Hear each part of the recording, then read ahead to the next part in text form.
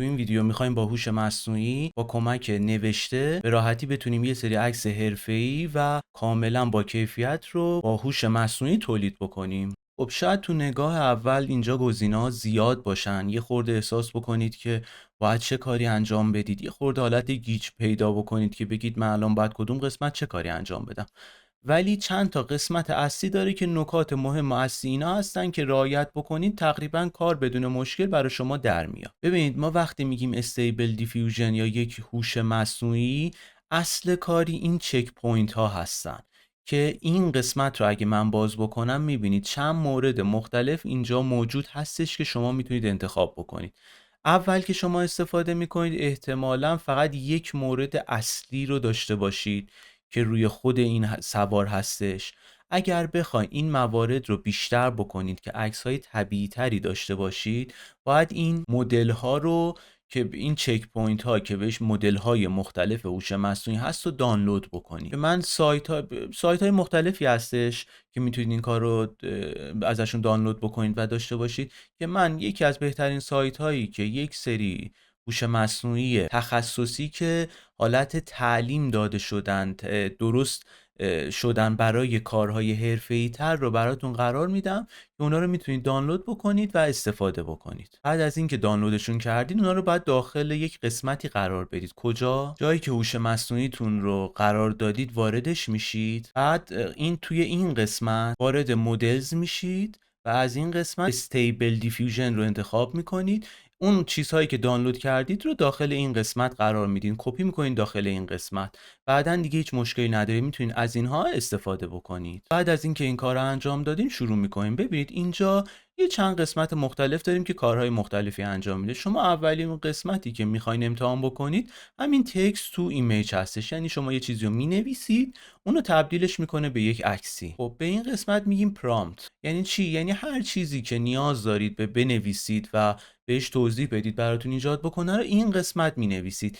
این قسمت هم نگاتیو پرامپت هستش، یعنی اون حالت منفی هستش، چیزهایی که نمیخواید براتون انجام بده. پس مثبت و منفیش در این قسمت هستش که خیلی ساده شروع میکنید به تایپ کردن. خب بهتر هستش که انگلیسی تایپ بکنید. اگر انگلیسیتون خوب هستش میدونید باید چیکار بکنید که مشکلی ندارید. اگر هم خب زبانتون خوب نیستش خیلی راحت میتونید از گوگل ترنسلیت استفاده بکنید. هر چیزی رو توی مترجم گوگل فارسی بنویسید خودش متن آماده انگلیسی رو بهتون میده، همون اینجا کپی بکنید.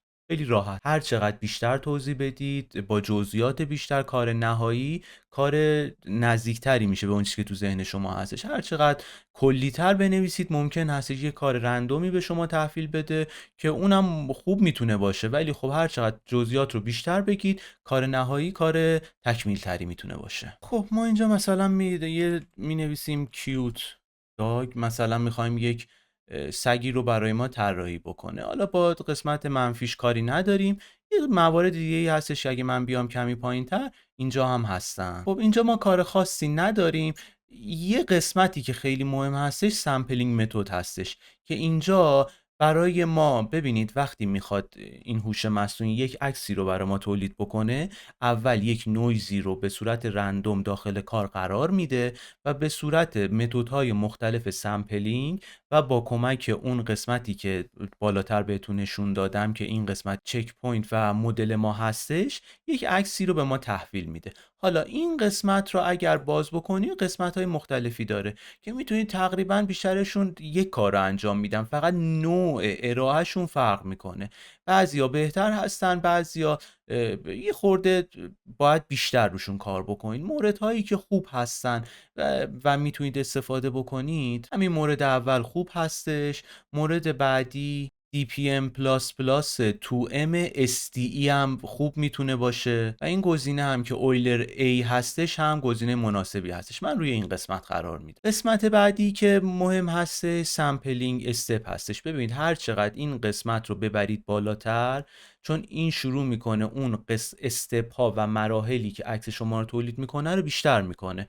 هر چقدر بالاتر ببرید نتیجه بهتری میگیرید، ولی اینجوری نیستش که دیگه از یه جای به اون طرف هم کار خراب میشه، ممکنه دیگه عکستون رو خراب بکنه. ولی دیگه حداقل از 8 10 شروع میشه، بین 20-25 یک عدد مناسبی هستش برای اکثر سمپلینگ های مختلف. دیگه به سمت 40 میریم، بعضی ها خوب میشه، بعضی ها دیگه یه خورده شروع میکنه خراب شدن. پس شما یه چیزی بین 8 10 تا 20-25 متغیر میتونید قرار بدید، بسته به اون که میخواین چقدر کار کیفیت بیشتری داشته باشه و جزئیات بالاتری داشته باشه. ما اینجا روی اما مثلا مولوش 20-25 خوب است برا ما. قسمت ها مشخص هستش، این که سایز ما هستش به پیکسل، هر سایزی رو دوست داشتید میتونید قرار بدید که خروج نهایی رو به شما بده. این قسمت هم تعداد عکسایی که توی هر بار تولید این هوش مصنوعی به ما تحویل میده فعلا یک هستش. حالا دو قسمت داریم، اگر میخواین توی یک بار با همون چیزی که نوشتین تعداد عکسای بیشتری به ما بده، این اعداد رو میتونید بالاتر ببرید، مثلا 4 تا عکس به ما بده.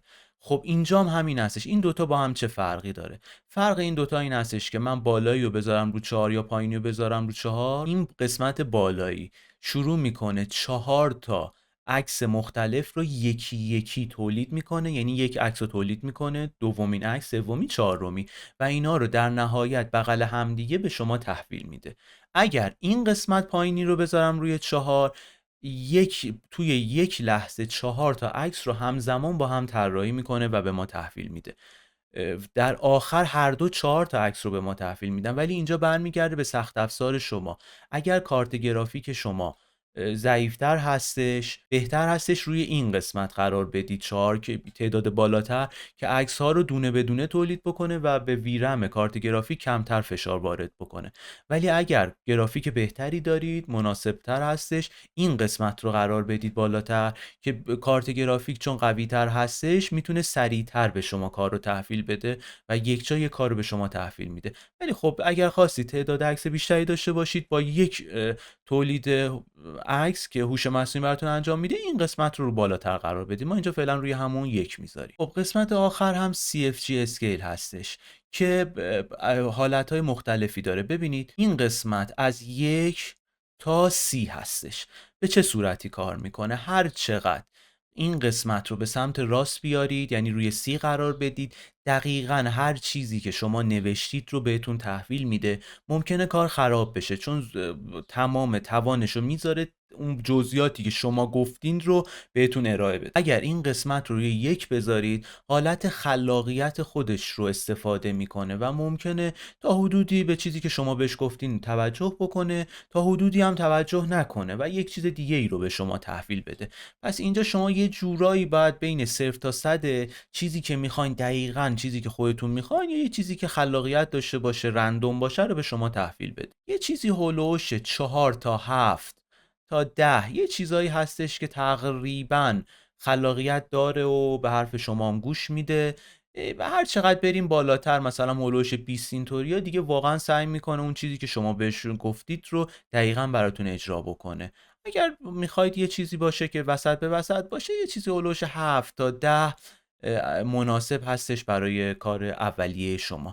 بعد هم میتونید هر سری امتحان بکنید دیگه، این موارد رو کم و زیاد. در نهایت وقتی این تمام موارد رو انجام دادید و اوکی بود، میایم این قسمت روی جنریت کلیک میکنیم. بعد از اینکه روی این قسمت کلیک کردیم، توی اینجا شروع میکنه به ما یک تایمی رو نشون میده، یک نوار آبی رد میشه، شروع میکنه و برای ما یک عکسی جنریت میکنه. بعد از حالا بستگی به وضعیت سیستم شما این زمانش متغیر هستش. خب میبینید که بعد از چند ثانیه برای ما یک عکس رو تولید کردش. خب این عکس قابل قبولی هستش برای کار اول ما، کار قابل قبولی هستش. ولی نکته جالبی که اینجا داره و میتونید استفاده بکنید این هستش که تمام این موارد رو رعایت کردید. باید ببینید که این پرامپتی که مینویسید خیلی مهم هستش که چه کاری و با چه جزئیاتی به شما تحویل میده. حالا من یک نمونه دیگه هم با یک پرامپت تقریباً پیشرفته تری به شما نشون میدم که ببینید همین کار رو میشه چقدر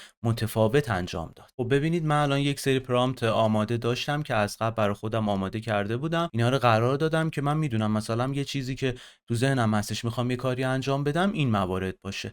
زیاد روی این مسائل دقت نکنید. شما باید اول کلیات رو یاد بگیرید، بعد این موارد رو پیاده بکنید. من فقط میخوام برای شما یک مثالی بزنم که ببینید هر چقدر بیشتر توضیح بدید و موارد مثبت و منفی معرفی رو بیشتر بهش توضیح بدید، کار با کیفیت تری رو در نهایت به شما تحویل میده. خب میبینید حالا با اون پرامپتی که نوشتیم زمین تا آسمون با تمام مراحل همون هستش، ولی با توضیحات بیشتر و دقیق‌تر تونستیم یه کار خیلی حرفه‌ای‌تر با جزئیات بیشتری رو تولید بکنیم. پس میبینید که خیلی مهم هستش که به جزئیات توجه بکنید. حالا این پرامپت ها چی هستند رو چطور بعدن که یه خورده با این موارد بیشتر آشنا شدید کار کردید، اونها هم براتون معرفی میکنم و بهتر براتون توضیح میدم. در نهایت هم میبینید که این کاری که تولید میکنه اینجا براتون قرار میده، روش کلیک بکنید میتونید بزرگتر ببینید. اگر هم خواستید ذخیره بکنید این قسمت میتونید کلیک بکنید و فایل رو سیوش بکنید. موارد دیگه هم داره که فعلا اینجا نیازی نیستش و شما میتونید به راحتی کارتون رو سیو بکنید. اگر هم خواستین رزولوشن بالاتری باشه، کیفیت بیشتر باشه، از این قسمت رزولوشن رو بالاتر ببرید تا کار با کیفیت تر و رزولوشن بالاتری رو به شما در نهایت بده.